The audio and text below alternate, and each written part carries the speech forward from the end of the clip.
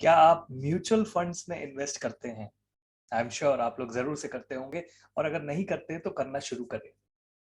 Finances को लेके हम लोग बहुत चिंतित रहते हैं और अपने फाइनेंसेस में लगातार हम इन्वेस्ट करते हैं। बट क्या आप हेल्थ इन्वेस्टमेंट प्लान के बारे में जानते हैं?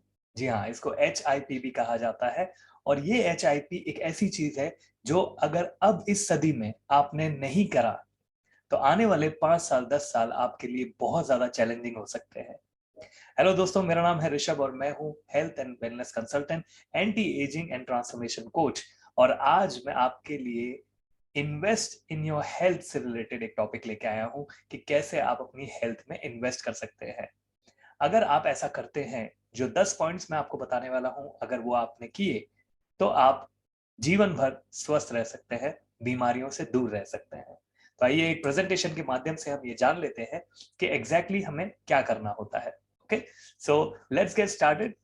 और हम बात करने वाले हैं हमारी एचआईपी के बारे में। तो ये रहा आपके स्क्रीन पे, invest in your health daily.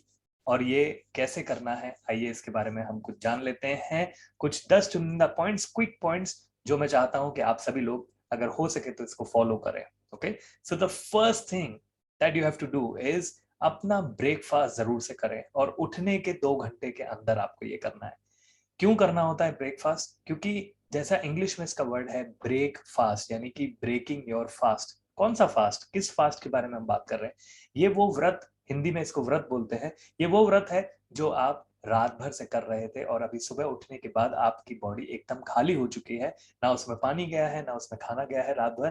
तो अब वो समय है जब आपको अपनी हेल्थ में कुछ इन्वेस्ट करने का टाइम आया है, आपको ब्रेकफास्ट करने का टाइम आया, ताकि आपका इंजन जो है वो अच्छे से स्टार्ट हो सके, आपको अच्छा फ्यूल मिल सके। तो याद रखिए, अगर आप 2 घंटे के अंदर नाश्ता नहीं करते हैं तो आपकी बॉडी और ज्यादा फैट एंजाइम्स डेवलप करने लग जाती है और एनर्जी को वो दूसरी जगह से लेना शुरू कर देती है, यानी कि आपके फैट से।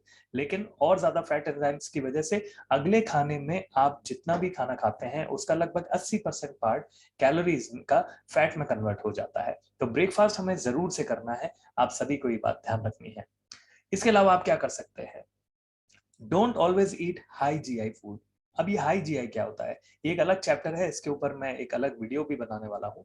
लेकिन अभी के लिए आपको बता देता हूँ, हाई ग्लाइक्स जीआई का मतलब होता है हाई ग्लाइसेमिक इंडेक्स। ये ग्लाइसेमिक इंडेक्स एक यूनिट होता है जिससे ये पता चलता है कि हमारे खाने में कितना ग्लूकोज प्रोड्यूस होगा पेट में जाने के बाद। तो 3 कैटेगरीज होती हैं, जैसा मैंने कहा, इसको हम किसी और चैप्टर में कवर करेंगे। लेकिन अभी आप समझ लीजिए, हाई ग्लूकोज इंडेक्स का फूड जैसे कि गेहूं है, चावल है, चीनी है, इनसे बनी हुई चीजें ज्यादा हमें नहीं खानी है। लो और मीडियम की तरफ ही हमें रहना है। ओके, इसके बाद हम बात करेंगे focus on nutrition and not just calories. बहुत सारे लोग ये गलती करते हैं कि जब वो अपने वेट को मैनेज करने की कोशिश करते हैं तो कैलोरीज को तो कट डाउन कर लेते हैं और कैलोरी बर्न भी कर लेते हैं, मतलब बहुत ज्यादा एक्सरसाइज करेंगे and at the same time वो कई बार आप देखेंगे कि कैलोरीज कट भी करते हैं, यानी खाना छोड़ देते हैं।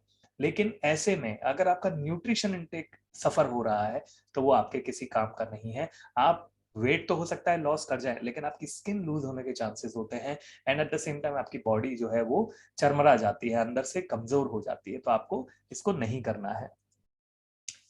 ईट 1 full plate of salad before each meal.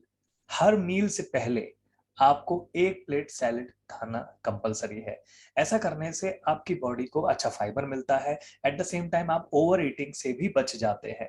Fibre हमारे 30% तक जो हमारा ऑयल होता है जो हम खाने में लेते हैं, प्लस 30% एक्सेस जो ग्लूकोज बनता है उसको अपने अंदर एब्जॉर्ब कर लेता है और आपको एक अच्छा डाइजेशन भी देता है। तो खाने से पहले आप सैलेड खाएं, साथ साथ भी खा सकते हैं लेकिन खाने से पहले थोड़ा बेहतर रहेगा।